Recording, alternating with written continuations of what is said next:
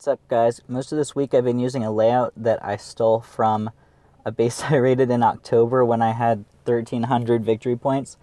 That's because lasers were the meta back before Bullet came out, and when shock blasters got taken out for 2 weeks, I thought, let me try something from when lasers were the thing. So I'll show you this replay. It's on YouTube. It has like maybe 200 views. It's from a long time ago. There's no commentary, no anything. So I'll walk you through this first. So clear the close rocket, clear the shock mine and the thing of 4 mines, drop your troops, cover Everspark or she will die to that boom cannon, and you're going to park at the very beginning of this corner here. You're going to universal remote that shock launcher. Your heavies and riflemen will take out those mines there, but you need 2 smokes to keep your troops covered.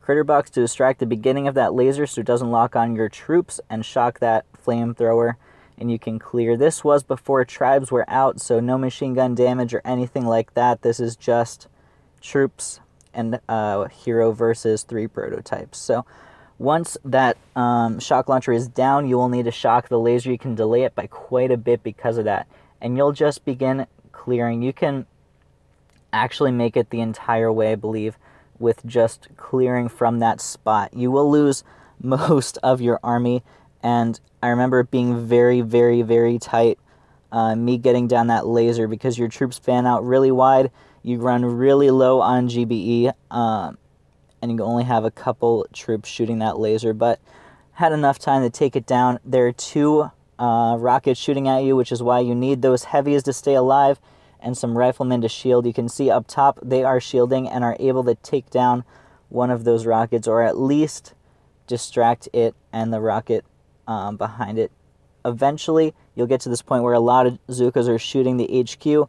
Most of the things are distracted by something or another, and you barely have the time to distract long enough to get this HQ down. Really cool strategy. I've actually didn't see it the entire week, which I was expecting. No one's used this in the longest time, and strategies evolve when people have examples to pick from. So that's that. I actually spawned this layout again today, so I'll flip over to that for you. I had it for a week, and yesterday this guy attacked me probably 20 times, ran out of tries, and he like rage built the layout, and then I spawned him today. Hold on. Look at that. It's insane. Anyway, I spawned him today. I failed a few times with the walk because I didn't look at the YouTube video, and I was like, screw it. Let me just use something easier because I have the cryo bomb. So same layout, but I have the cryo bomb at my aid, and I have the GVE tri boost, which just makes this easier so I could take some creative liberties. So I decided to go straight up the middle.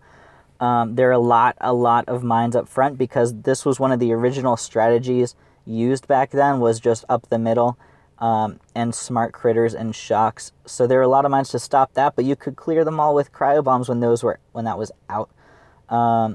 Another pack of critters to distract the laser, and 1 more shock on it, and that's all you need in the laser. As you get up here, I chose to shock the right shock launcher because I could cryo the whole left side. Get the shock launcher and the 2 rockets, and that would buy me all the time in the world that I needed to get up there. Once I got up there, universal remote on the relevant things, but you have a lot of troops still. I was amazed how many troops I had left, and it's really because you can use this strategy even without the cryo bomb, so when you have it, it just gets exponentially better. It's one of the best strategies, in my opinion, with cryo bomb out. So once you get up here, if you're lower on troops than I was, you'd want to reflare to the middle and try to race with universal remotes and passive critters.